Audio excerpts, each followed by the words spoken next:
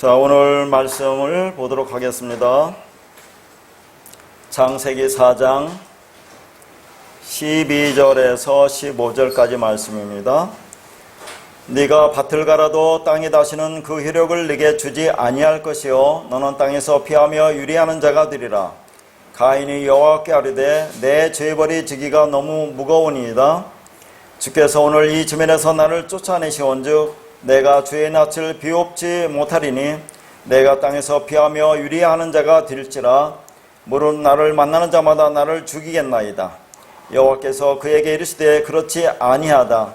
가인을 죽이는 자는 벌을 7배나 받으리라 하시고 가인에게 표를 주사 그를 만나는 모든 사람에게서 죽임을 면하게 하시니라. 아멘. 자, 오늘은 15절까지 읽었지만 14절 전반부까지만 말씀을 보도록 하겠습니다. 15절까지 보니까 도대체 이게 무슨 말인지 이해가 안 가는 것 같아요. 그러니까 이 말이 무슨 말씀인지 우리가 계속 볼 텐데요. 또 지난 시간에 말씀드린 것도 영상이 녹화가 뒷부분이 좀 안 돼가지고 제 원고 분량으로 보니까 한 장 반? 7분 내지 8분 정도가 되지 않겠나. 거기다 이제 추가로 설명한 부분까지 합치면 좀 될 텐데, 우리 식구들이야, 원고가 있으니까 괜찮을 텐데, 혹시라도 이게 유튜브로 들으시는 분들은 또 미안하게 듣습니다. 그래서, 이 창세기 본문을 이렇게 들으시면서 거기에 이제 지난주에 설명한 부분이 빠지면 연결이 안 되잖아요. 그래서 그 부분을 간단하게 보면서 오늘 말씀을 나누도록 하겠습니다. 지난 시간에 살펴본 말씀은 12절에 네가 밭을 갈아도 땅이 다시는 그 효력을 네게 주지 아니할 것이요. 그 말이 무슨 말을 하고 있습니까? 그러니까 가인은 아벨을 죽이고 나서 그 피를, 예수의 피를 받지 못한 그런 율법의 땅, 빈 땅이 되기 때문에 그 땅을 아무리 그걸 섬기고 한다 하더라도 그 땅에서는 효력이 나오지 않을 것이다. 이제 효력이라고 하는 것은 먹을 양식이 나오지 않을 것이다 라는 그런 말인데, 자, 다시 말해서 거기서 지난 시간에 본 것이 다시는이라는 것과 주다라는 말이 좀 중요하다고 했어요. 다시는이라는 말이 야사프라는 것이고 주다라는 것이 나탄이라는 단어인데, 이 주다라는 것은 세워지다 그런 얘기예요. 세우다. 그럼 뭐가 세워지겠어요? 언약이 세워지다 그런 말이죠. 다신이라는 것은 더하다, 은혜가 더해지다 그런 말입니다. 그러니까 자, 이 말은 무슨 말이냐면 가인이 예수의 피를, 아벨의 피를 받지 못한 그런 율법의 땅, 빈 땅이 되기 때문에 그 땅을 아무리 열심히 갈아도 섬겨도 예수의 십자가가 언약으로 세워져서 나탄 더해지는 야사프의 은혜로 먹을 수 있는 진리 양식이 나오지 않는다고 했습니다. 쉽게 말해 열심히 땅을 갈아도 땅의 열매, 즉 먹을 수 있는 양식이 없다는 거라고 했죠. 하나님의 말씀을 진리로 받지 못하고 먼지 티끌로 받아버린 그 율법의 땅을 아무리 섬겨도 진리 양식이 나오지 않는 아무런 효력이 없다는 말이라고 했습니다. 이 아래의 세상에서 열심히 배우죠. 그런데 위 것을 알지 못한다는 것이고 율법 아래에서 죽도록 수고하는데 진리로 안식하지 못한다고 했습니다. 그래서 야사프, 하나님이 더하시는 은혜가 없이 살아가는 가인은 결국 어떻게 된다고 하였습니까? 이제 그 12절의 후반절에 너는 땅에서 피하며 유리한 자가 되리라 그랬어요. 자, 여기서 이제 우리가 중요한 것이 땅이라는 것이 지금까지 우리가 봤던 아다마가 아니고 에레츠라는 그런 단어라고 있습니다. 앞에 밭이 이제 아다마인데 뒤에 땅은 에레츠라는 그런 말이죠. 그러면 이 에레츠는 어디서 나온다고 했죠?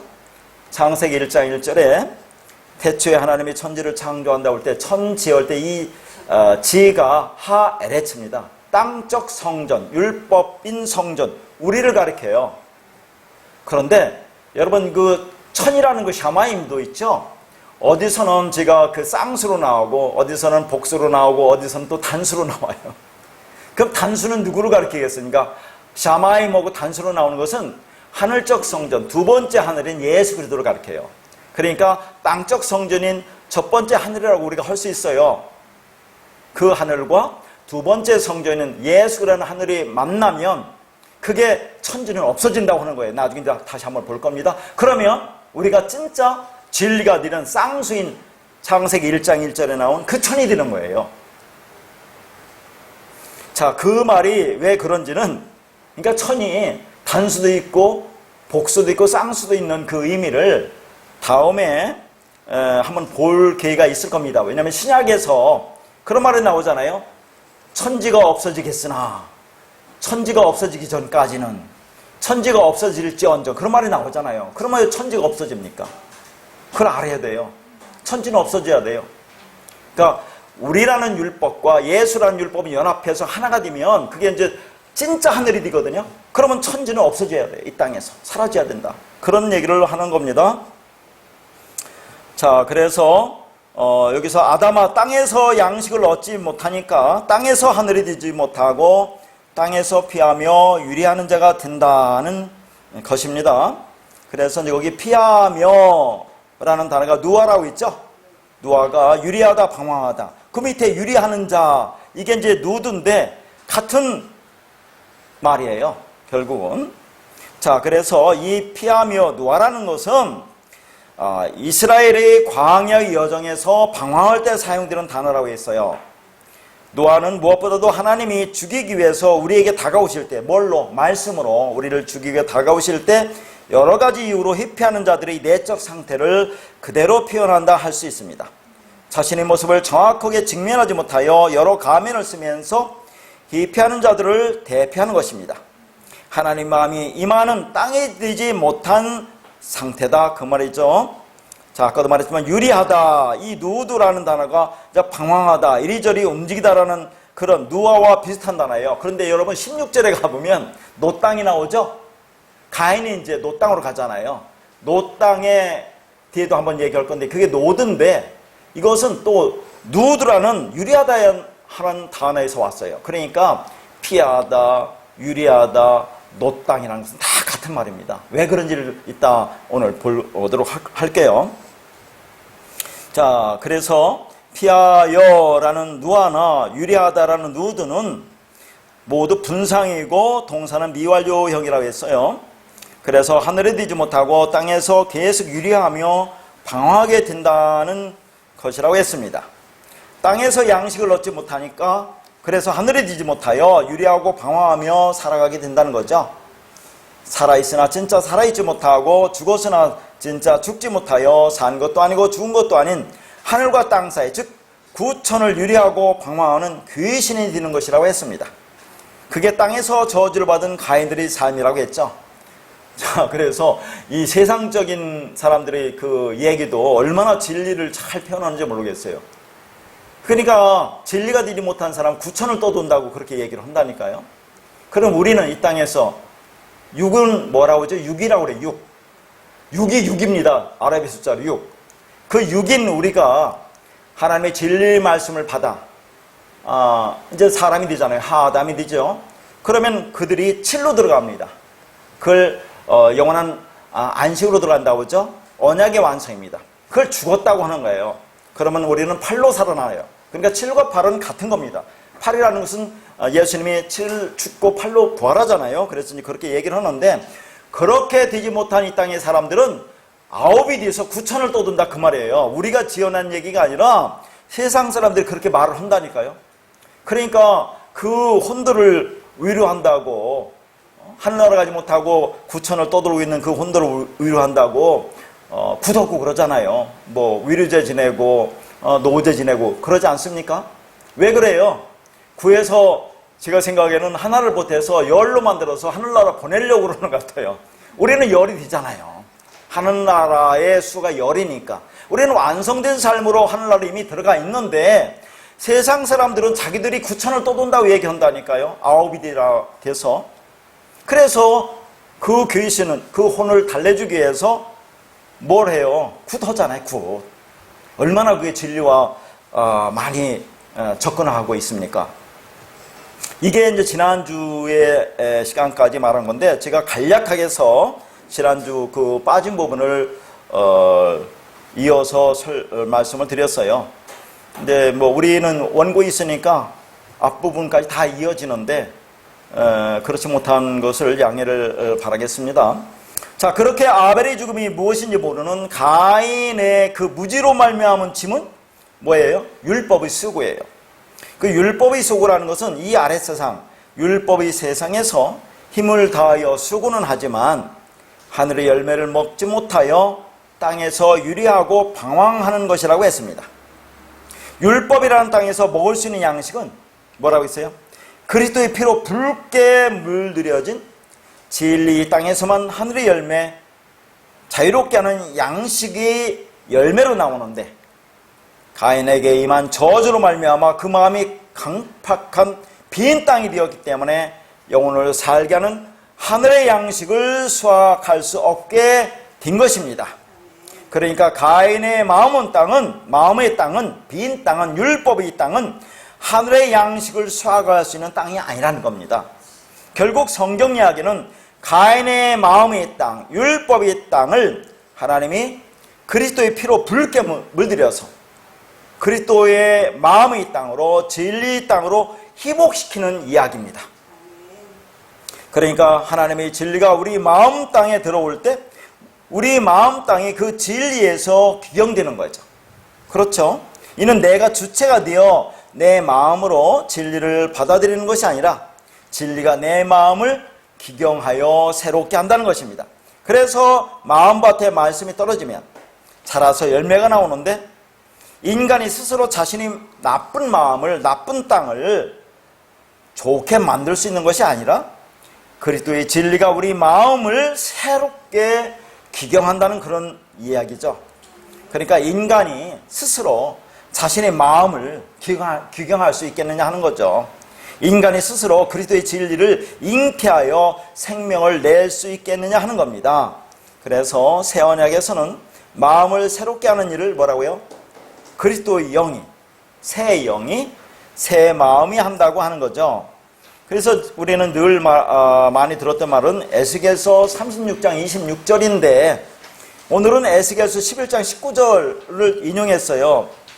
이것은 에스겔서 36장 26절과 같은 그 말입니다. 계속 성경은 반복해서 말을 해요. 자, 에스겔서 11장 19절 내가 그들에게 한 마음을 주고 그 속에 새 영을 주며 그 몸에서 돌 같은 마음을 제거하고 살처럼 부드러운 마음을 주어. 에스겔서 36장 26절 잘 알죠? 이제 다 이울 때가 됐는데 하도 많이 말을 해서 뭐예요?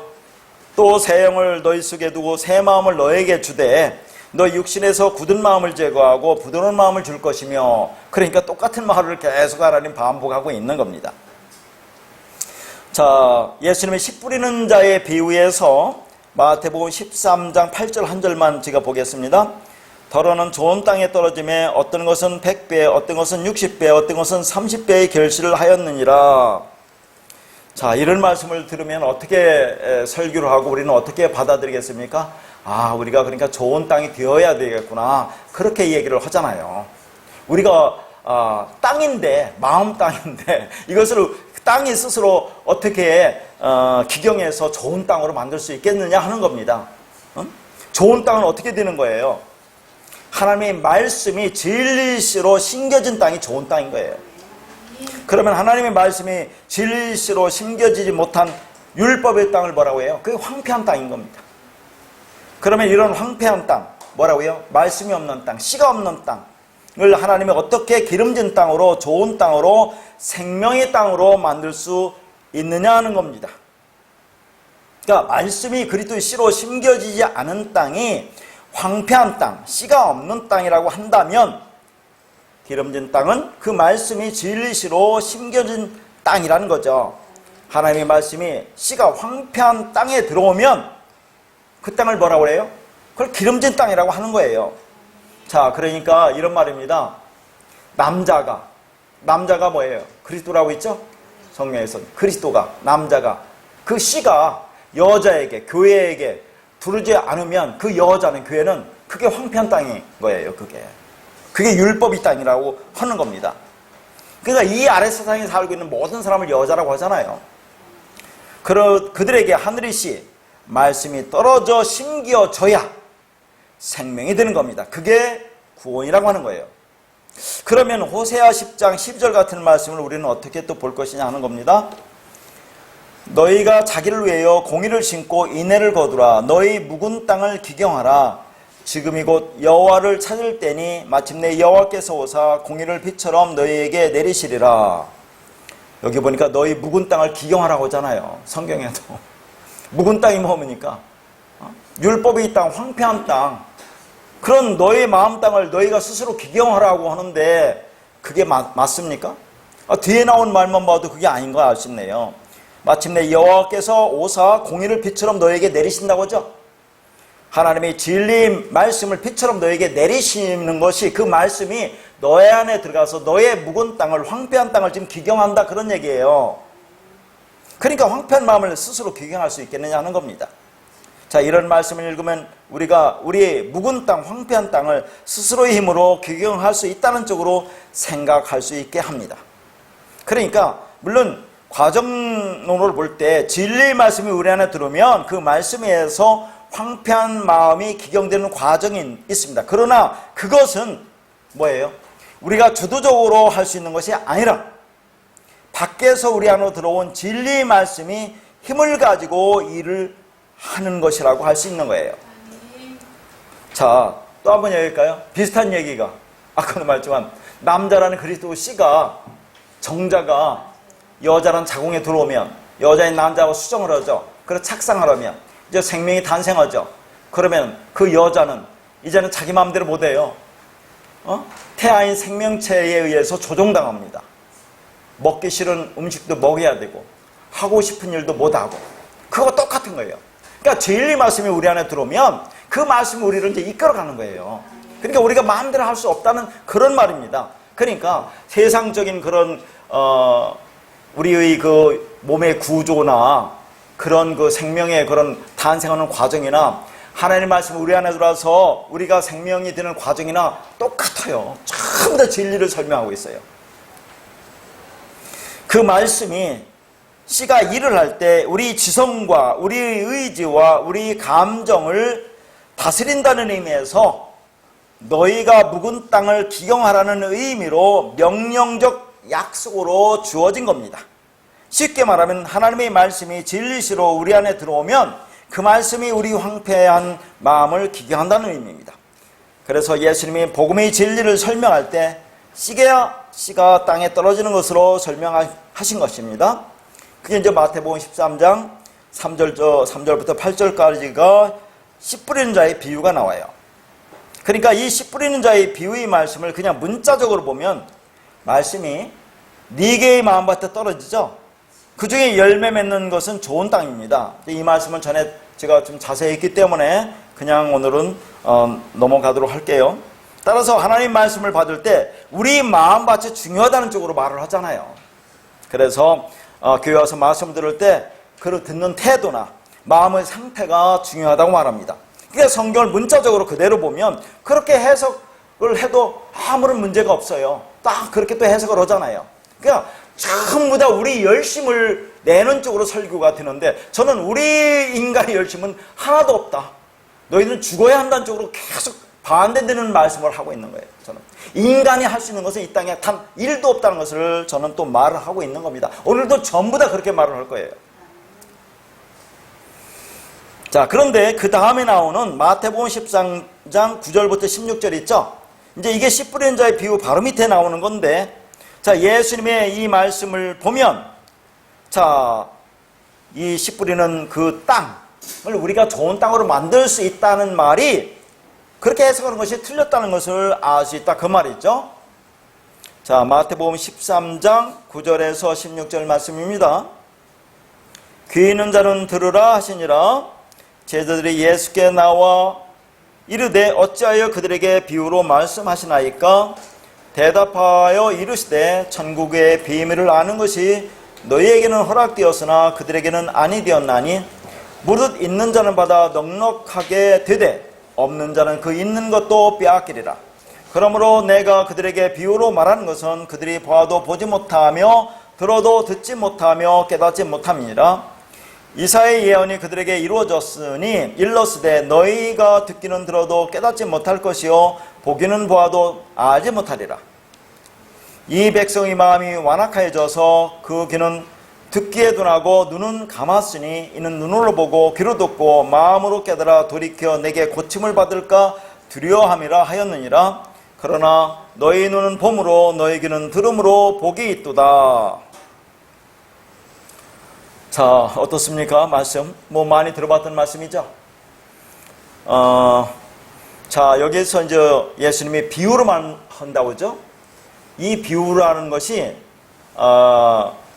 원래는 파라볼라이스라는 단어예요. 여러분 거기에 제가 간단하게 써놨는데 그거 갖고는 예전에 이 말씀을 제가 했기 때문에 참고하라고 간단하게 써놨지, 제 설교를 잘 듣고 말씀을 찾기 어려운 분은 옆에다 메모를 해놓아야 될 거예요. 잘 한번 들어보세요. 비유가 그냥 비유라는 단수가 아니에요. 파라볼라이스라는 비유는 복수입니다. 그러니까 예수님이 비유들로 말을 하는 거예요. 그러니까 어찌 보면 아니라 성경 전체는 하나님의 비유의 말씀이에요. 그게 다 여기서는 내가 비유로 말한다고 했지만 성경 66권이 다 비유로 보면 돼요. 왜냐하면 그 안에 하나님의 말씀, 진리가 담겨있기 때문에 비유로 보여야 된다 그 말입니다.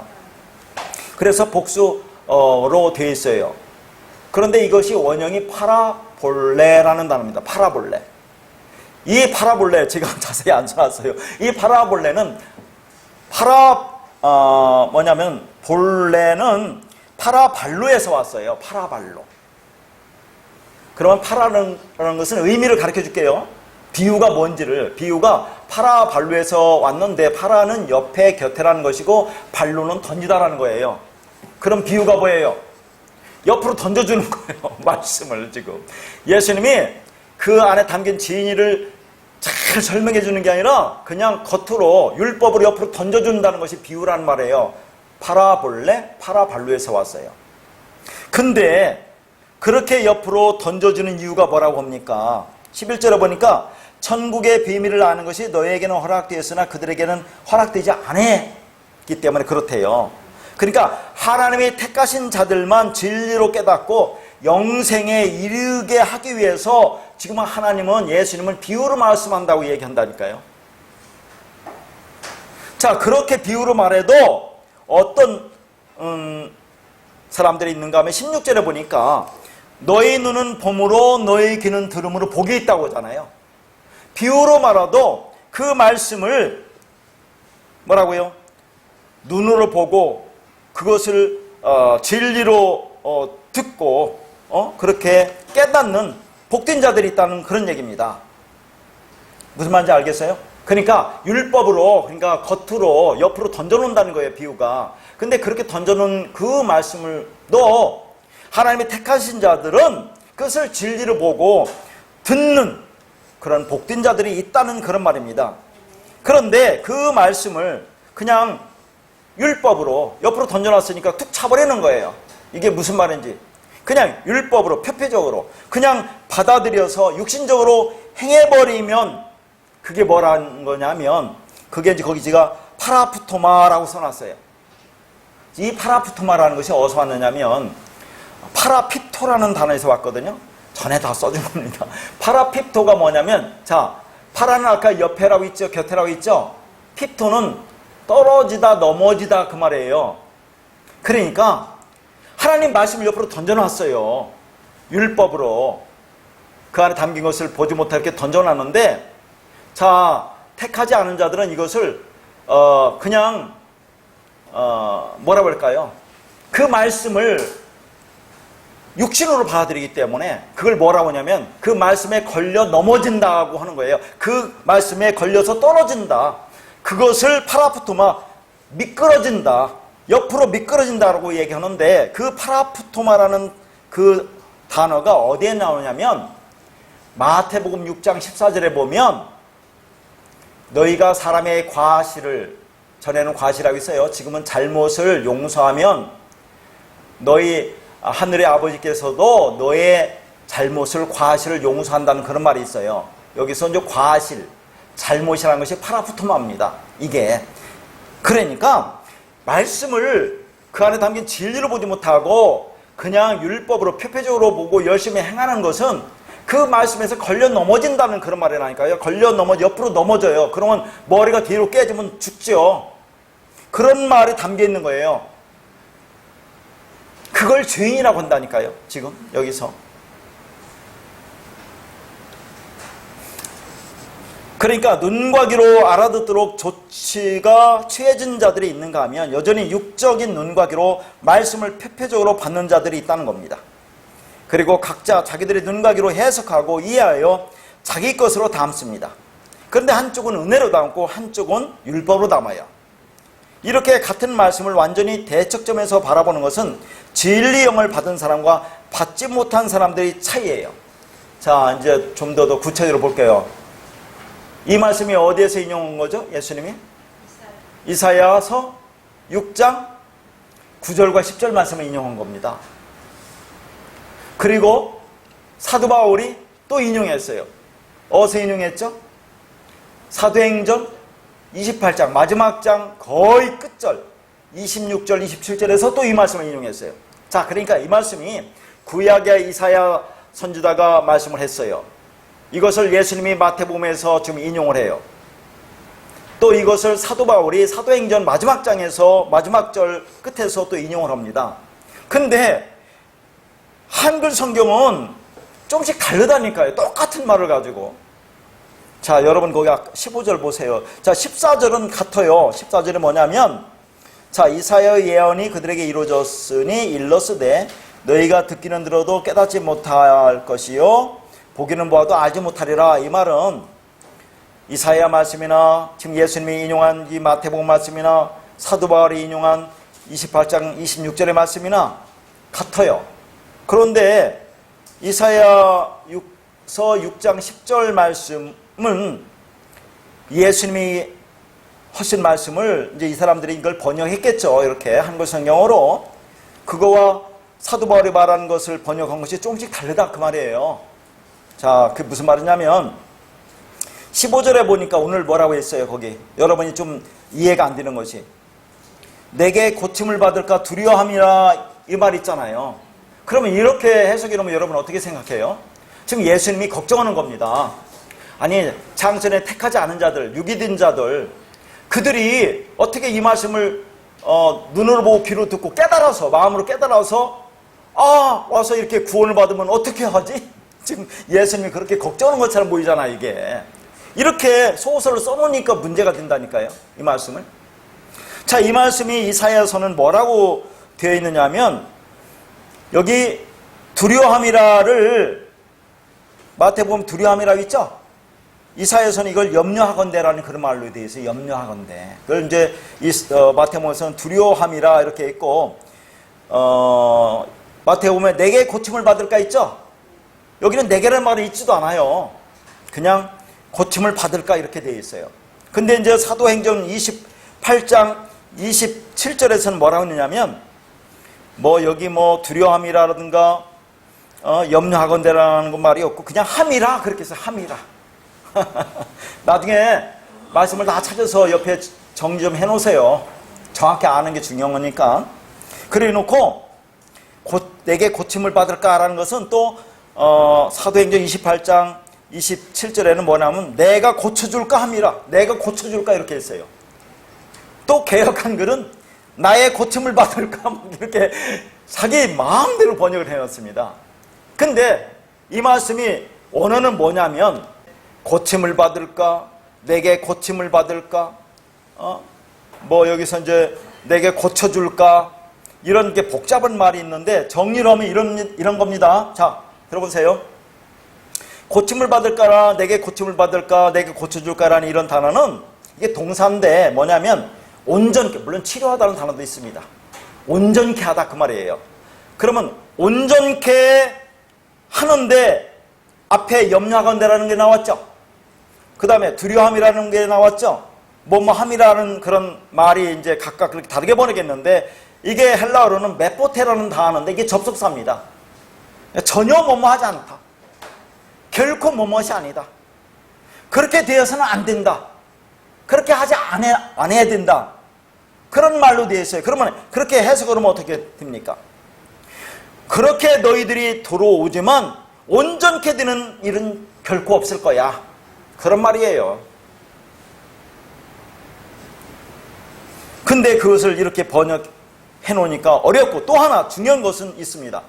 15절에 마태복음 13장 15절에 보면 이 백성의 마음이 완악하다고 있죠. 완악하다. 이게 상당히 중요한 거예요. 완악하다. 이것을 이사야 6장에서는 뭐냐면 이 백성의 마음을 둔하게 한다고 그렇게 둔하게 한다. 그 다음에 사도행전 28장 27절에서는 뭐냐면 이것도 이 백성의 마음이 둔하여져서 우둔하여져서 이렇게 나와요. 그러니까 완악하다, 둔하게 되다, 우둔하게 되다 라는 단어는 무슨 말이냐면 헬라어로 이게 파퀴노라는 단어인데, 이게 파퀴스라는 단어에서 왔어요. 이 단어가 뭐냐면 뚱뚱하다, 기름져 있다. 그러니까 영적으로 뚱뚱한 거예요. 영적으로. 그러니까 말씀을 깨닫지 못하는 그런 의미를 갖고 있는 거라니까요. 하나님이 창세전에 택하지 않은 자들은 영적으로 뚱뚱하게, 그렇게 우둔하게, 감각이 없게 만들어 놨다 그 말이에요. 이게 우둔하다는 말이에요. 근데 우리 입장에서 볼 때는 이렇게 번역을 해놓아야 뭔가 의미가 있으니까 이렇게 번역해 놓는다니까요. 왜냐하면 이 땅에서 너희들이 열심히 해, 그러면 그걸 깨달아 알을 수 있어. 그러면 구원 받을 수 있어. 이렇게 인본주의자들은, 율법주의자들은 그렇게 해야 되기 때문에 이렇게 번역할 수밖에 없지만, 하나님의 중심에서 보면 절대로 그런 말이 아니란 얘기예요. 창세전에 택하지 않은 자들은 절대 구원받지 못해. 깨닫지 못해. 눈과 귀가 다 막혀 있어. 그게 우둔하게 만들었다는 그 말입니다. 하나님이 창세전에 우둔하다, 완악하다 그 말이에요. 바로의 마음이 완악하다고 할 때 그 마음이, 그게 완악하다는 말이 뭡니까? 그렇게 하나님이 창세전에 완악하게 만들어 놓은 거예요. 그게 바로의 마음을. 자, 그래서 이렇게 예수님이 전하는 말씀이 어떤 사람에게는 들리지 않는 말씀, 이해되지 않는 말씀, 마음을 더 완악하게 하고 강팍하게 하는 말씀이 된다는 겁니다. 그런데 어떤 자들에게는 그 말씀이 황폐한 마음을 기경하는 생명의 말씀이 된다는 거죠. 그 말씀이 우리 안에서 뿌리를 내리고 자라고 열매 맺는다는 것은 그 씨에 의해서, 그렇죠? 우리의 마음과 역사가 장악당하여 그 씨의 생명이 요구하는 쪽으로 움직이게 되는 거다 하는 거예요. 우리가 하는 게 아니에요. 하나님 그 말씀, 그 씨, 그리스도, 그 진리가 우리 안에 들어와서 우리 마음밭을 기경해서 좋은 밭으로 만들어서 생명의 열매가 나오게 한다 그 말입니다. 그런데 깨닫지 못하는 자들은 절대 그 말을 못 깨달으니까 그렇게 할 수가 없어요. 하나님은 그렇게 황폐한 땅으로 있었던 우리 마음밭에 진리의 씨를 뿌림으로 우리를 당신의 백성으로 그 땅을 하나님의 기업으로 만드시는 겁니다. 그것이 땅에서 나와 하늘, 천국이 된다는 개념으로 성경에서 말하고 있어요. 자, 성경에서 지옥이라고 번역해 놨잖아요.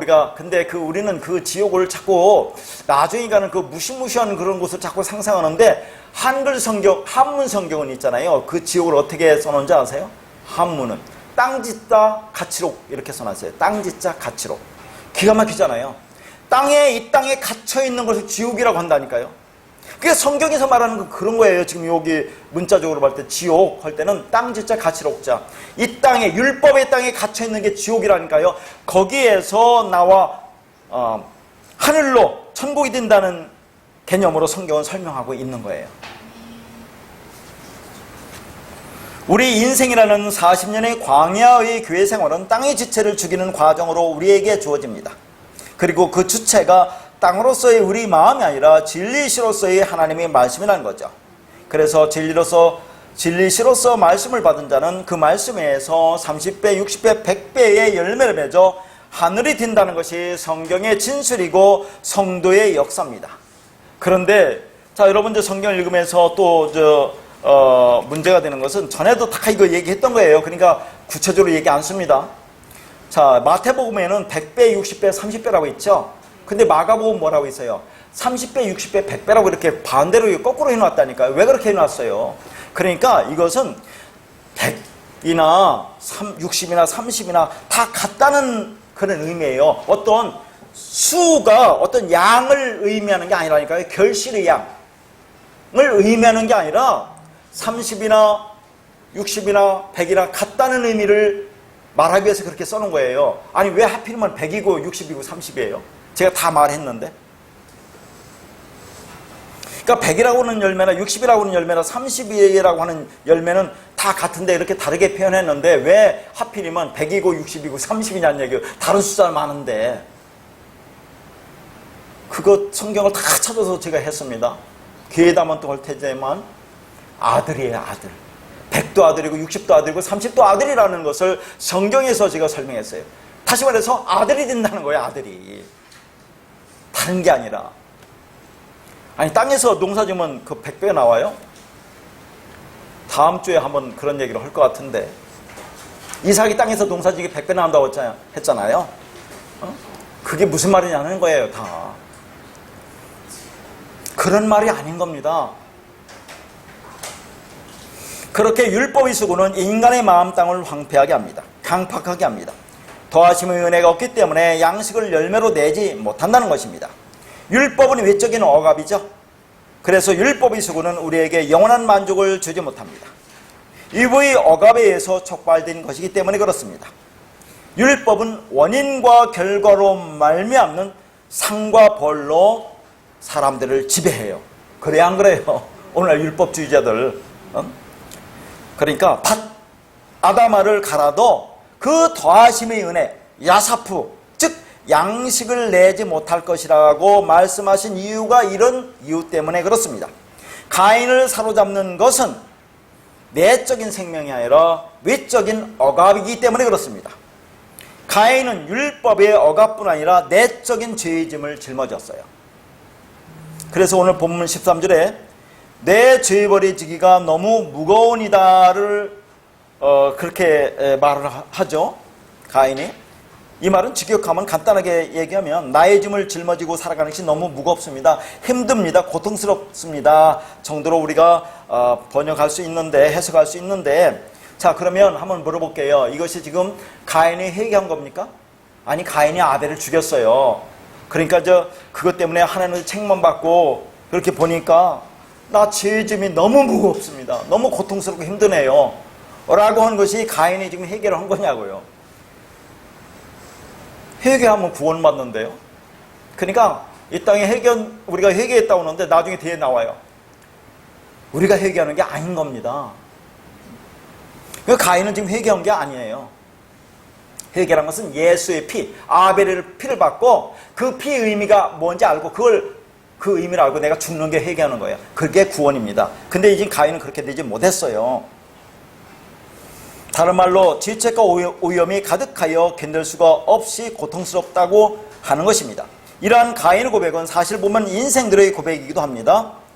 자, 계시록 6장 14절에서 17절 하늘은 두루말리가 말리는 것 같이 떠나가고 각 산과 섬이 제자리에서 옮겨짐에 땅의 임금들과 왕족들과 장군들과 보좌들과 강한 자들과 모든 종과 자유인이 굴과 산들의 바위 틈에 숨어 산들과 바위에게 말하되 우리 위에 떨어져 보좌에 앉으시니 얼굴에 서와 그 어린 양의 진노에서 우리를 가리라. 그들의 진노의 큰 날이 이르렀으니 누가 능히 서리요 하더라. 자, 하늘의 두루마리가 말리는 것 같이 떠나간다고 하죠. 이 마지막 때에.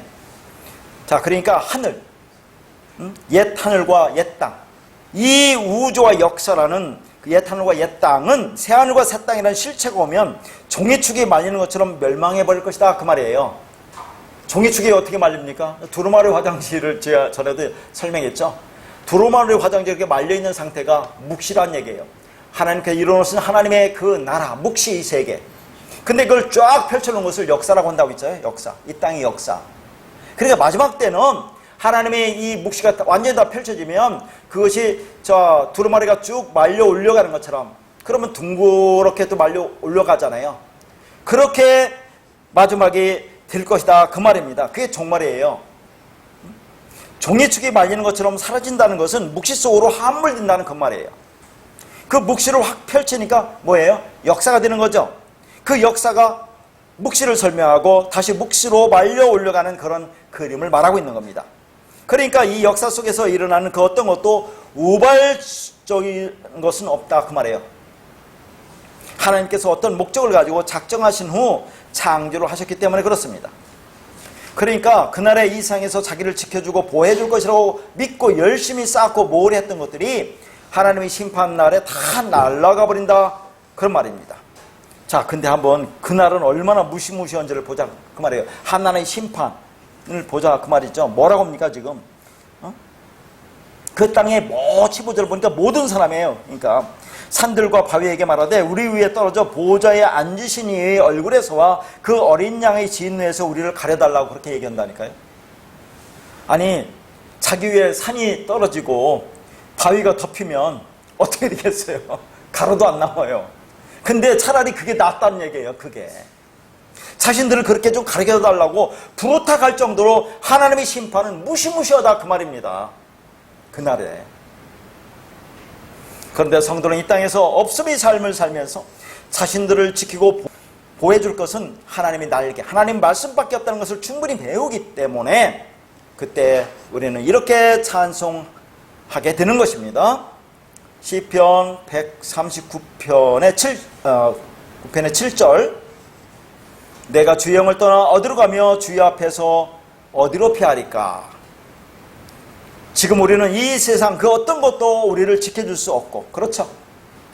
우리 죄를 대속해 줄 수 없을 만큼 우리는 더럽고 추악한 죄인 중에 귀심을 자각하는 어떤 삶을 살고 있어요? 없음의 삶을 살고 있습니다. 그래서 우리는 하나님께서 예수란 육을 입고 그리스도로 오셔서 율법으로 죽으시고 영으로 부활하여 우리 안에 오신 그 그리스도, 그 말씀만을 의지할 수밖에 없는 존재임을 분명하게 인정하고 그 하나님의 은혜만을 찬양한 자로 살아야 한다 그런 말입니다. 지금 가인이 내 죄벌이 지겨 너무 무거우니다라는 것은 무거운 죄책에 짓눌려 있는 상태입니다. 이러한 죄책을 자각하는 인간의 정서적 상태를 죄책감이라고 합니다. 이렇게 죄책감을 가지고 살아가는 사람들의 마음속에는 부정적인 정서들이 늘 꿈틀거립니다. 왜냐하면 가인들은 자신의 죄를 스스로 짊어지고 살아가기 때문에 그렇습니다. 어떤 짐입니까? 율법의 수고와 율법이 무거운 짐을 지고 살아가고 있다 그 말이에요. 그런데 그런 죄책감, 그런 수치심은 부정적인 정서이기도 하지만 인간을 움직이는 거대한 힘이 되기도 하잖아요. 여러분, 율법주의자들 이 땅에서 얼마나 열심히 행합니까? 그런 교회 와서 자기가 죄를 깨닫고 때로는 그런 죄로 통해서 수치심을 느낄 때 그들은 가만히 있습니까? 얼마나 열심히 행해요. 율법의 성을 쌓잖아요. 그러니까 그런 것은 그들을 움직이는 거대한 힘이 되기도 한다 그런 얘기죠. 그래서 이제 뒤에 보면 가인이 성을 쌓는 걸 나오죠. 가인이 자신들이 바벨탑을 쌓는 것이 나온다 그 말이죠. 수치심과 죄책감으로부터 자신을 지키기 위함입니다. 그들이 자신을 지키는 방법은 성을 세우는 것밖에 없기 때문에 그렇어요. 율법이 성을 세우는 것밖에 없다 그 말입니다. 그러면 그들과 성도가 특별히 다른 것이 무엇입니까? 우리가 율법주의자들과 다른 게 뭐가 있어요? 별반 차이 없어요. 근데 분명히 다른 것이 하나 있습니다. 여러분이 왜 이 말씀을 들어요? 여러분 영적 심령이 가난하기 때문에 이 말씀을 듣는다니까요. 제가 쭉 이렇게 이 말씀을 듣고 하는 사람을 보면 많이 이 말씀에 대해서 갈급해갖고 갈망했던 사람들이 이 말씀을 접하게 되고 듣고 또 깨닫게 되고 이 말씀으로 들어오게 돼요. 응? 영적으로 파산 당한 자들, 응? 절대적 가난 속에서 절대적 말씀을 받는 자들입니다. 그런데 자, 오늘날 교회에 가면 저는 뭐 예수 그리스도와 십자가는 또 얘기하는 줄 알았더니 그것도 거의 얘기 안 하는데요. 그리고 진리가 뭔지도 관심이 없어요. 진리가 뭐 그들한테 관심이 있습니까? 교회 와서 열심히 그 담임 목사가 하는 말이 옳다고 생각하고 하라는 대로 열심히 하고 봉사하고 헌신하고 그러고 착하게 뭐 선하게 살면 잘하는 거고 그런 거 이 진리가 뭔지 관심이 없다니까요. 그러니까 이런 말씀을 주어도 나중에 깨닫지도 못할 뿐더러 알려고도 하지 않아요. 전혀 다릅니다. 그러나 우리는 가인성이 무너진 자들이에요. 율법의 수고와 죄의 점이 무너진 자들입니다. 여러분 여기 오기 전에 얼마나 열심히 율법적으로 행했어요. 그러니까 하나님의 말씀의 공격으로부터 어떠한 방어도 하지 못하는 불강력진 은혜를 받은 자들이에요. 우리는. 그래서 성도에게만 복음이 들리는 겁니다. 우리는 가인성이 무너졌고 그들은 여전히 견고히 그 성을 쌓아 더 높이 올라가고 있는 겁니다. 성도는 성이 없기 때문에 올라가지 못하고 옆으로 퍼져나가요. 그래서 땅끝까지 이르러 그리스도의 복음이 전한다는 것이 이런 뜻입니다. 우리는 올라갈 데가 없으니까 옆으로 퍼져나가는 거예요. 그러니까 하나님이 주시는 양실한 자유는 나를 확장하고 나의 의를 쌓을 수 있는 성의 재료가 아닙니다.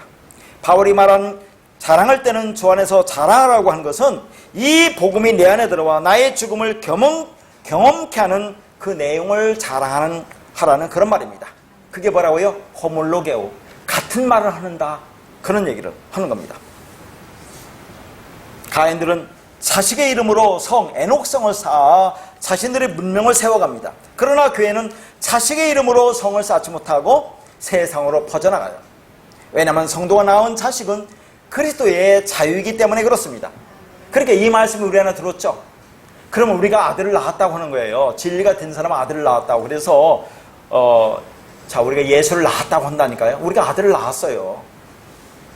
자, 그러니까 하나님의 성도인 여자를 교회를 통해서 낳는 자식은 뭐예요? 그리스도예요.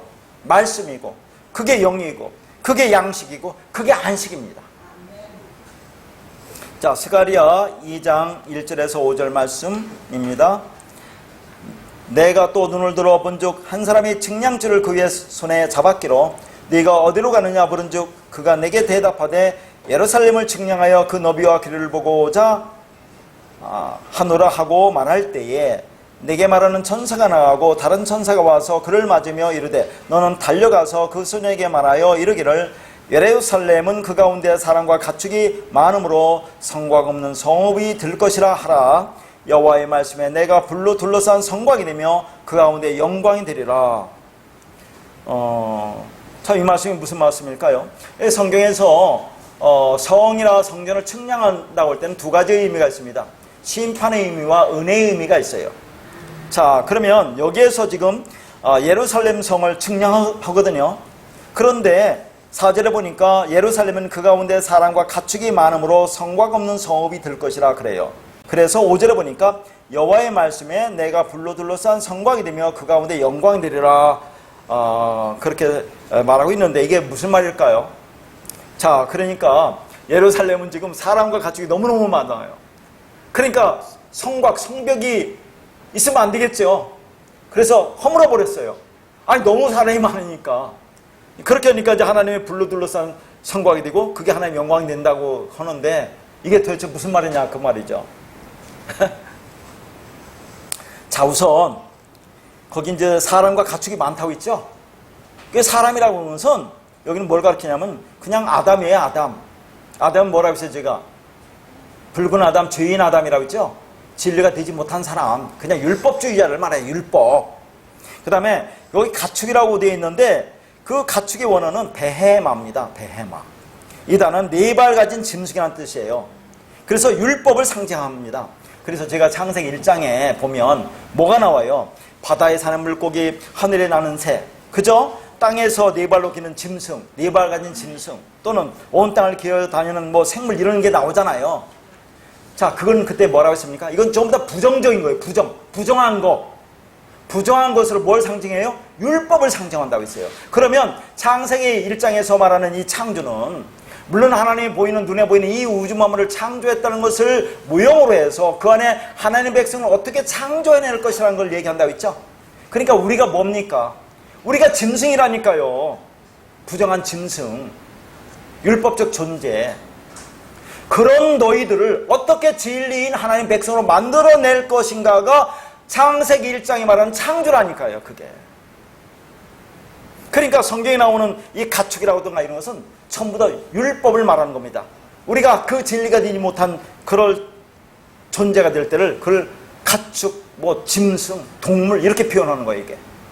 그러니까 지금 예루살렘에 있는 것은 뭡니까? 예루살렘은 뭐예요, 예루살렘? 율법의 대명사고 율법의 총화 아닙니까? 그 율법주의자들이 그러니까 예루살렘에 넘쳐나고 있는 거예요. 그런데 그런데 성곽이 없는 성읍이 된다는 얘기예요. 그걸 가지고 여호와의 말씀에 내가 불로 둘러싼 성곽이 된다고 하는데 이게 뭐냐면 지금 성곽 없는 성읍이 불로 둘러싼 성곽이래요. 이게. 그러면 성경에서 불이 뭡니까? 불. 성경에서 불이라고 하는 것은 어디 나오죠? 예레미야서 23장 29절에 보면 여호와의 말씀이니라 내 말이 불같지 아니하냐 바위를 쳐서 부서뜨리는 방망이 같지 아니하냐 그러잖아요. 하나님 말씀 이걸 불이라고 한다니까요. 방망이라고 한다니까요. 바위를 쳐 부서뜨리죠. 반석을 율법인 예수를 베드로를 부서뜨리니까 그 안에 생수가 나온다 했잖아요. 진리물이 나온다 했죠. 자, 그러니까 여기서 불이라고 하는 것은 하나님의 말씀을 얘기하는 겁니다. 그 하나님의 말씀, 불은 뭐예요? 뭘 태우잖아요. 뭘 태웁니까? 내 안에 쌓은 율법의 성, 율법의 성을 높이 쌓은 그 성을 그 불로 태워버리는 겁니다. 그게. 그러면 성곽 없는 성읍이 될 거 아니에요. 그러면 뭐예요? 불로 둘러싼 성읍이 될 것이다 하는 겁니다. 불로 둘러싼 성벽. 그러면 그게 뭐예요? 진리의 성읍이 되는 거예요. 진리의 울타리가 되는 겁니다. 그러니까 진리가 나를 이제 보호해 주는 거예요. 그렇게 되는 너희가, 그러니까 불로 율법의 성을 태워버리면 너희는 이제 그 진리가 되잖아요. 그렇게 된 너희가 하나님의 영광이다 하는 얘기입니다. 이게 불이라는 건 태우는 겁니다. 그러니까 율법적인 존재들이 넘쳐나는 예루살렘 성벽은 우리 안에 쌓은 그 율법의 성을 말하는 겁니다. 그걸 불로 하나님 말씀으로 태워버리면 이제 성읍이 없어지잖아요. 우리가 성벽이 없어지죠. 그러면 그 하나님의 불로 된 성벽이 우리를 보호하는 겁니다. 그게 뭐예요? 진리 울타리잖아요. 진리가 우리가 되는 겁니다. 그러면 그게 하나님의 영광이 된다 그런 얘기를 써놓은 거죠. 그래서 불을 여호와의 말씀이라고 하는 거죠. 그래서 성도의 죽음을 하나님은 귀하게 보신다고 하는 겁니다. 그렇죠? 그러니까 성경에서 하나님은 성도가 죽을 때 영광을 받으십니다. 그렇게 하나님 불로 태워져 죽을 때 말씀으로 죽으면 그게 하나님께 영광이라는 그런 얘기예요. 그러니까 내가 불로 둘러싼 성곽이 되며 영광 드리라는 말은 간이라는 내가 불이라는 말씀으로 죽는 것이 하나님의 영광이다. 그게 불성곽이다. 그런 말입니다. 그러니까 하나님의 말씀에 의해서 내가 공격을 당하여 옛사람인 가인인 내가 죽을 때 그게 불성벽이 된다 그런 얘기죠. 그게 하나님의 영광이야 라는 말입니다. 다시 말해서 하나님의 능력으로 나를 보호해 준다는 그런 말이 아니에요. 이 땅에서 여전히 율법 안에서 행하며 살고 있는 나의 옛사의 죽음의 현실이 불성벽이라는 그런 말입니다. 그런 복음을 전하는 것을 우리가 전도라고 하는 거예요. 이 세상의 복음이 어떻게 증거됩니까? 그리스도의 복음을 받은 나, 옛사람인 나의 죽음이 양식으로 증거되면 그게 복음이에요. 그게 불성벽이고 그게 복음을 전하는 것입니다. 하나님이 이렇게 영광을 받으시려고 우리를 이 땅에 보내시고 그리스도로 성령으로 임하여 우리를 하나님의 자녀로 만드시는 겁니다. 그래서 그 죽음의 내용이 말씀의 현실 속에서 경험되어지고 그래서 내가 이렇게 존재하는구나를 깨닫고 그걸 양식으로 얻어 그리스도가 되는 것이 하나님께 영광이 되는 것이다 하는 것입니다. 그러니까 성도가 경험하는 하나님의 영광은 가인의 성이 아닌 그리스도의 자유로 세워진 불성벽입니다. 그걸 진리 울타리라고 하는 거예요. 성도가 죽었다는 말이 이 뜻입니다. 가인성이 무너지는 그 현실이 성도의 죽음입니다. 하나님의 교회를 통해서 영광 받으시는 이유가 여기에 있습니다. 그러니까 오늘 본문 13절에 내 죄벌이 지기가 너무 무거우니다 라는 그런 가인의 고백은 회개가 아닙니다. 여러분 교회 와서 나 참 죄를 졌는데 하나님 용서해 달라고 하면 그게 회개입니까? 회개는 무엇을 잘못했다고 하는 것이 회개가 아닙니다. 회개는 하나님만이 하실 수 있습니다. 써놨죠? 인간은 죄와 허물로 죽어 있어요. 근데 어떻게 우리가 죄를 깨닫고 회개를 하느냐 그 말입니다. 우리는 회개할 수 있는 존재가 못 돼요. 회개는 오직 예수 그리스도만이 하실 수 있습니다. 회개는 죄에서 돌이키는 것입니다. 그리고 하나님께로 향하는 거죠. 그러니까 죄와 허물로 죽은 우리가 우리 죄를 회개하고 어떻게 하나님으로 우리가 향할 수 있느냐 하는 거죠. 그래서 예수님께서 그 회개를 이루시기 위해서 이 땅에 오신 거예요. 그래서 예수님은 죄의 모양으로 오셨다고 하는 겁니다. 그러니까 하나님이 육신을 입고 오신 것 자체가 죄의 모습이죠. 그러나 그 안에는 죄가 있어요, 없어요? 없으십니다. 그리고 율법으로 십자가에 죽으시고 그리스도로 부활하신 것이 예수님의 회개예요. 그러니까 주님이 우리를 구원하시기 위해서 어쩔 수 없이 육으로 오실 수밖에 없었어요. 보이는 성전으로, 성경의 문자로, 율법으로 오신 겁니다. 그리고 그렇게 육으로 죽으시고 그리스도로 부활하여 영으로 말씀으로 우리에게 오신 겁니다. 그게 회개예요. 그러니까 문자로 된 성경책 66권이 뭐예요? 보이는 하나님이에요. 이게 보이는 하나님. 활자로 오신 하나님입니다. 그리고 이 활자를 자신의 몸으로 찢으신 거죠. 성전을 부수신 겁니다. 그렇게 죽으시고 영으로 부활하여 우리에게 오신 거죠. 그 영이 우리에게 오면 그 활자가 다시 영으로 살아나는 겁니다. 그게 회개고, 그래서 그 회개를 통해서 우리가 이제 내 안에 그 말씀, 그 영이 있죠. 그러면 그 말씀에서 나를 이끌어갈 거 아닙니까? 그럼 내가 죽은 자가 되는 거죠. 그럼 우리가 회개를 했다 하는 거예요. 이제는 우리가 하나님으로 향하는 거 아닙니까? 그 말씀에 의해서. 이게 우리가 회개라니까요. 그러니까 성경에서 제가 말하고자 하는 것이 뭡니까? 요점이 인간이 할 수 있는 건 하나도 없다고 얘기하는 거예요. 모든 것이 하나님으로부터 시작해서 하나님으로 완성하는 겁니다. 가인이 짐이 지금 너무 무겁다고 말함으로 자신이 죄인이라는 고백은 하였지만 회개를 한 것은 아닙니다. 그래서 우리 모두는 가인과 같은 상태예요. 예수님이 수고하고 무거운 짐진 자들아 다 내게로 오라고 했잖아요. 그게 가인이 짐을 지고 있는 상태입니다. 그렇게 오지 못한 상태가. 그게 하나님과 원수가 된 상태라니까요. 육신의 생각이 아직 십자가에서 죽지 못한 상태입니다. 가인은 그 짐이 너무 무거워서 견딜 수가 없는 거예요. 가인은 아직 자신이 주인이기 때문에 내려놓지를 못해요. 그러니까 우리도 십자가에서 나의 옛사람이 완전히 죽지 않고는 주인이 바뀌지 않습니다. 항상 주인은 납니다. 죄인이라는 인식은 했지만 아직 해결받지 못한 것입니다. 내가 항상 주인이고 항상 모든 것을 내가 해야 하기 때문에 모든 세상 만사가 두렵고 걱정스럽고 근심에 쌓일 수밖에 없습니다. 우리는 거기서 해방되어야 합니다.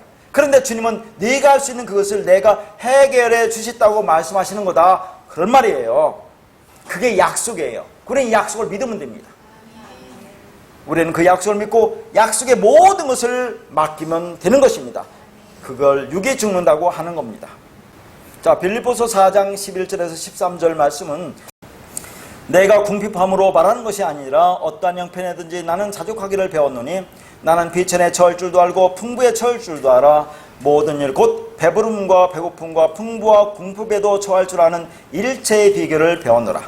내게 능력 주신 자 안에서 내가 모든 것을 할 수 있느니라.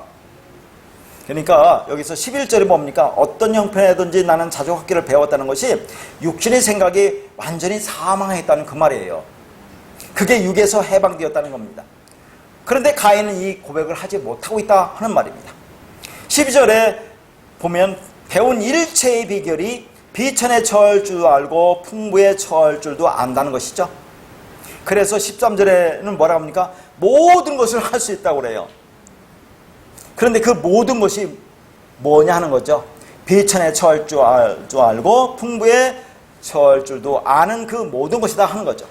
그 모든 걸 할 수 있다는 그 말입니다. 그러니까 이 말씀을 가지고 뭐라고 가르치냐 하는 얘기죠. 믿기만 하면 하나님의 그 능력을 받아 모든 것을 할 수 있다는 그 가능성을 제시해주고 용기를 주잖아요. 믿는 자에게는 능치 못할 일이 없는지라. 믿고 의심하지 않으면 저 산이 들려서 바다에 던져지라 해도 던져진다고 그렇게 얘기를 하잖아요. 그러면 그런 말씀 가지고 가만히 있겠습니까? 열심히 기도해서 그 능력 받아서 이 땅에서 뭔가 해보겠다고 그렇게 하지 않겠느냐 하는 겁니다. 그런 말씀이 있어야 교회 다닐 맛이 나지요. 교회 와서 열심히 헌신을 하고 봉사할 맛이 나는데, 저는 하는 말마다 죽으라고 하고 너희가 하는 게 아무것도 없다고 하면 무슨 재미가 있고 무슨 교회 다닐 그런 의미가 있겠느냐 하는 겁니다. 그래도 어쩔 수 없어요. 그렇게 할 수밖에 없습니다. 그게 진리라이기 때문에 그렇습니다. 그런데 그 모든 것을 할 수 있다는 것은 그 가난함이든 부자이든 있든지 없든지 상관없이 항상 본인은 영, 말씀, 진리 안에서 흔들림 없이 있을 수 있다는 그런 말입니다. 그래서 육은 무익하고 살리는 것은 영이라고 하는 거죠. 자, 우리가 한번 생각해보자 그런 얘기죠. 그러니까 이 땅에서의 그 말씀이 없는 그 상태의 굶주림도 내가 알았고, 그렇죠, 사도 바울이. 그걸 아니까 어떤 게 풍요한지도 알게 되었다는 그 말입니다. 그래서 바울은 이제 스스로 배부를 수 있는 일체의 비결을 배웠다고 하는 거죠. 그 말은 바울이 배고픔이라는 이 크로노스의 역사 속에서 하늘의 진리로 풍성한 삶을 살 수 있었다는 그런 말입니다. 아니, 정확히 말해 하늘의 진리만이 자신을 배부르게 만들어 줄 수 있다는 것을 깨달았다는 그 말이에요. 그래서 율법주의 안에서 자신의 양식으로 차곡차곡 쌓아둔 것을 배설물로 여길 수 있었던 것입니다. 오늘 14절 한번 볼게요. 14절. 자, 지금부터 이제 마지막으로 어려운 말씀을 좀 할 텐데 잘 보도록 하겠습니다. 오늘 보면 14절 보니까 이렇게 되어 있어요. 주께서 오늘 이 지면에서 나를 쫓아내시온즉 내가 죄의 낯을 비옵지 못하리니 내가 땅에서 피하며 유리하는 자가 되리라. 여기까지 보고 볼 텐데, 이게 무슨 말씀 같이 보여요? 지금 가인이 죄를 졌어요. 그래서 이제 하나님한테 이제 땅에서 쫓겨난다 그 말 같이 보이잖아요. 땅에서 쫓겨나니까 이제 하나님 얼굴도 나는 보지 못하고 이 땅에서 그렇게 유리하며 방황하는 자로 이제 살 것이다 라는 그런 말 같이 보이는데, 이게 도대체 어떤 말이냐 하는 얘기입니다.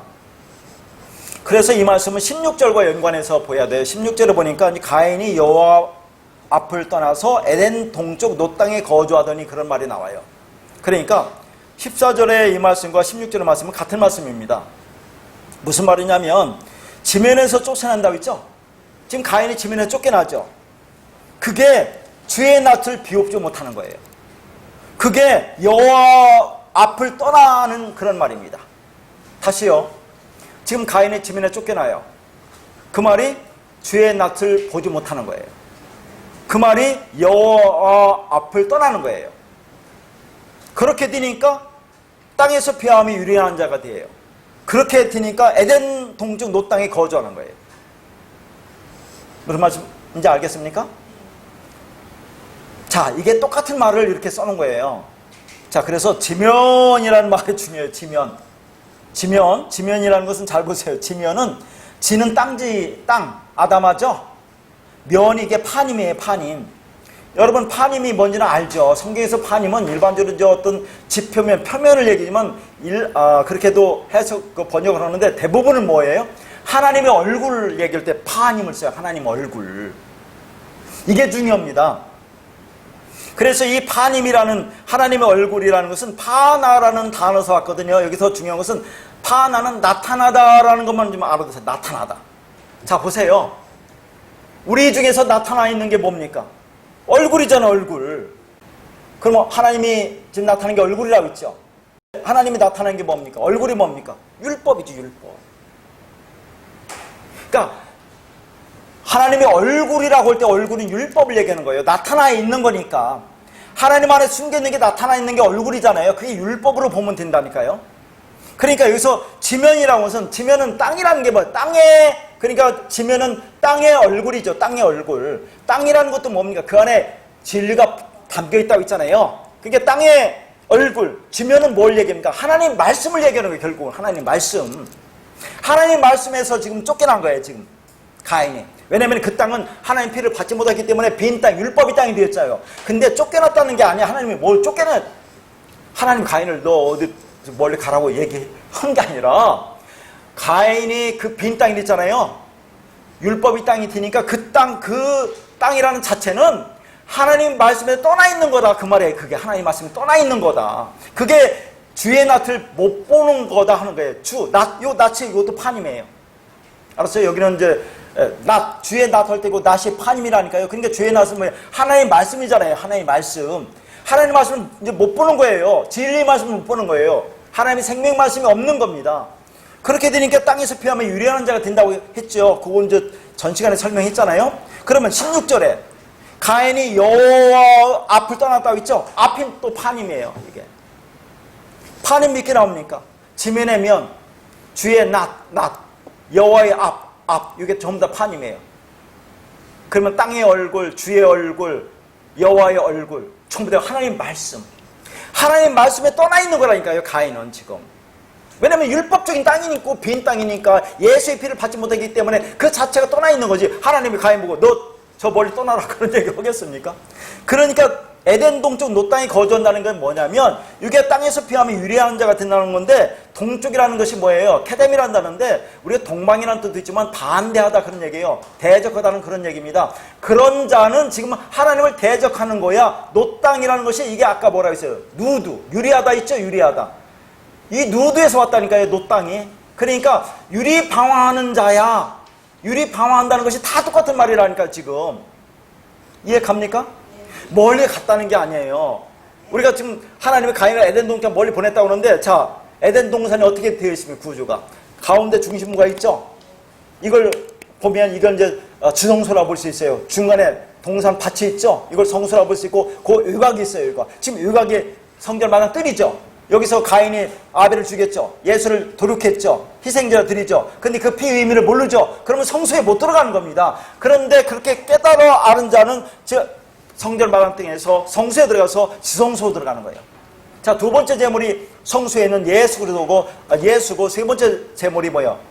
지성소에는 그리스도예요. 그리스도를 만나 언약궤에서. 그러면 우리가 완성돼서 진리가 되고 아들이 되는 겁니다 하는 것을 성경이 얘기하는 거죠. 그러니까 어디 갔다 왔다 이런 말이 아니라니까요. 하나님이 뭘 쫓아내버리고 뭐 오라가라 하고 뭐 그런 얘기 하겠습니까? 지금 멀리 갔다는 게 아니라 지금 에덴 동산에서의 얘기를 그대로 얘기하는 겁니다. 무슨 말인지 알겠죠? 가인 자체가 율법이 땅이라니까요. 그건 진리의 말씀을 떠나 있는 거다 하는 것을 보여주고 있는 것을 주의 낯을 떠났다, 여호와의 앞을 떠났다, 지면에서 떠났다, 쫓겨났다, 그렇게 써놓은 거다 하는 얘기입니다. 나중에 그건 자세히 또 16절음에서 써드릴 테니까 그때 다시 보기로 하고요. 그래서 창세기 1장 2절과 창세기 1장 29절 말씀을 한번 읽어볼 텐데요. 이게 무슨 말이냐면, 땅이 혼돈하고 공허하며 흑암이 깊음 위에 있고 하나님의 영은 수면 위에 운행하시니라. 1장 29절 하나님이 이르시되 내가 온 지면에 씨 맺는 모든 채소와 씨 가진 열매 맺는 모든 나무를 너희에게 주노니 너희 먹을 거리가 되리라. 여기서 보고자 하는 것은 수면의 면이 있죠. 그 다음에 창세기 1장 29절에 지면의 면 있죠. 이게 파님이에요. 파님. 그걸 보고자 하는 겁니다. 그러니까 파님이라고 하는 것은 위와 아래의 접촉면, 안과 밖의 접촉면이라고 볼 수 있어요. 그러니까 위는 뭡니까? 진리죠. 아래는 뭡니까? 율법이죠. 안은 뭡니까? 진리죠. 밖은 율법이죠. 그럼 다 보세요. 얼굴이 뭡니까? 얼굴. 우리가 얼굴 할 때는 얼이 뭡니까? 얼. 우리의 얼. 정신이죠. 마음이잖아요. 얼은. 굴은 뭡니까? 꼴. 모양, 그릇이에요. 그러면 예수 그릇을 보면 예수가 꼴이에요. 꼴. 모양, 그릇이고. 그 다음에 얼은 뭡니까? 하나님의 마음, 하나님의 생각, 진리, 그리스도예요. 그러니까 얼굴이라고 하는 것은 꼴이라는 그릇이, 모양이, 율법이 마음, 진리를 담고 있는 거예요. 이게 그걸 그냥 얼굴이라고 번역했는데 정확히는 얼굴이라고 하면 안 돼요. 그냥 꼴이라고 해야 돼요. 꼴이라고 하는 게 더 정확합니다. 밖에 드러나온 거니까, 튀어나온 거니까. 그러나 얼굴이라고 그렇게 여기서 해놓은 거거든요. 자, 무슨 말인지 알겠죠? 얼은 뭐예요? 안에 담긴 거, 속고, 진리, 말씀, 그리스도, 영, 밖에 율법, 꼴, 모양, 그릇, 이게 예수. 그걸 얘기하는 거예요, 이게.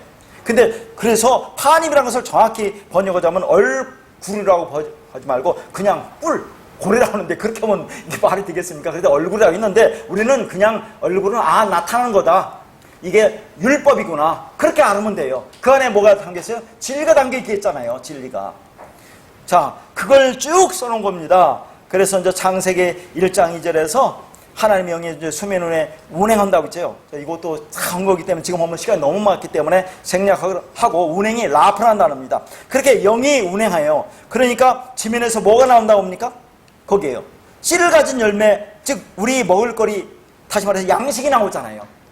그러니까 지금 씨가 어디서 나와요? 창세기 세 번째 날 나오죠. 세 번째 날.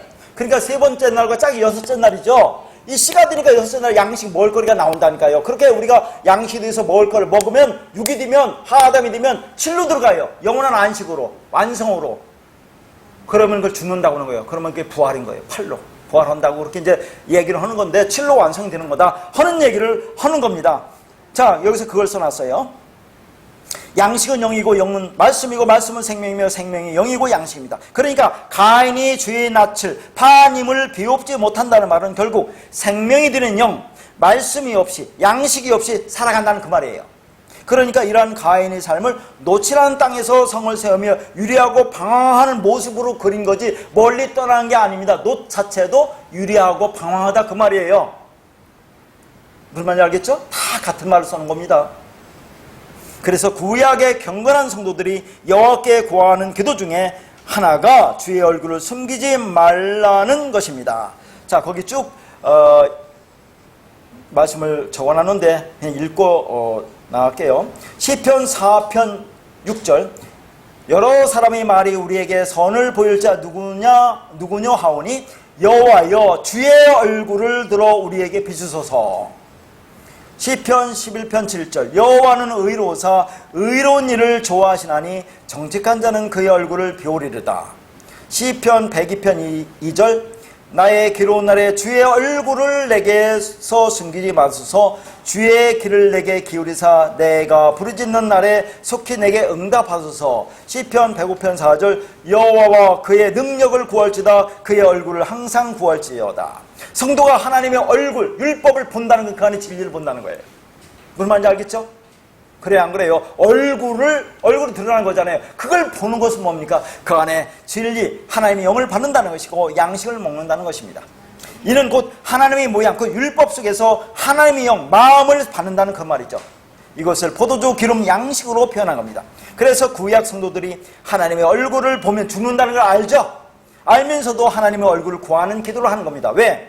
율법 아래서 죽어야 진리로 살아나기 때문에 그렇습니다. 고린도후서 4장 6절 어두운 데에 빛이 비치라 말씀하셨던 그 하나님께서 예수 그리스도의 얼굴에 있는 하나님의 영광을 아는 빛을 우리 마음에 비추셨느니라. 참으로 또 까다로운 말이잖아요. 어두운 데에 빛이 비치라 말씀하셨대요. 이건 꼭 하나님이 예수란 빛에게 야, 이 세상의 어둠에 빛을 비추라 그렇게 또 명령하는 것처럼 느껴지잖아요. 그게 아닙니다.